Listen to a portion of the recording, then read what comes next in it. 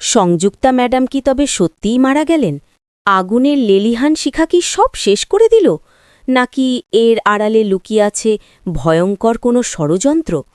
জি বাংলার জনপ্রিয় সিরিয়াল পরিণীতাতে আসতে চলেছে এক অবিশ্বাস্য মোড়, যা দেখে আপনার গায়ের লোম খাড়া হয়ে যাবে। আজকের এই বিশেষ ভিডিওতে আমরা জানাব সংযুক্তার মৃত্যুর আসল রহস্য। শেষ পর্যন্ত আমাদের সাথেই থাকুন।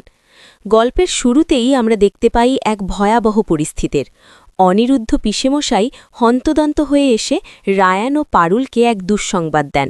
সংশোধনাগারের রান্নাঘরে হঠাৎ গ্যাস সিলিন্ডার বিস্ফোরণে আগুন লেগে যায়, আর সেই বিধ্বংসী আগুনে বেশ কয়েকজন মারা গেছেন বলে খবর আসে।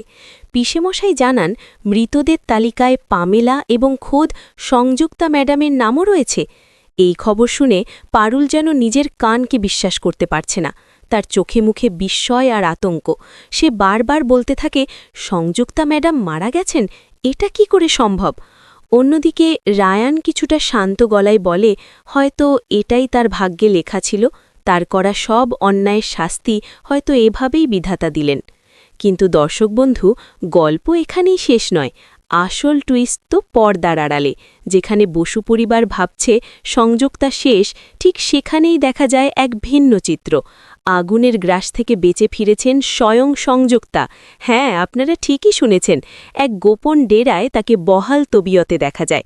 তার সাথের লোকটি যখন বলে যে এবার আমাদের পরবর্তী পরিকল্পনা শুরু করতে হবে, তখন সংযুক্তার চোখে মুখে ফুটে ওঠে চরম প্রতিহিংসা।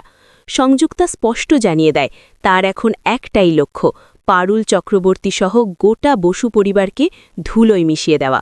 অর্থাৎ তার মৃত্যুর খবরটি ছিল একটি সাজানো নাটক, যাতে সে আড়াল থেকে সবাইকে ধ্বংস করতে পারে। তাহলে বুঝতেই পারছেন, পারুল আর রায়ানের সামনে এখন অনেক বড় বিপদ।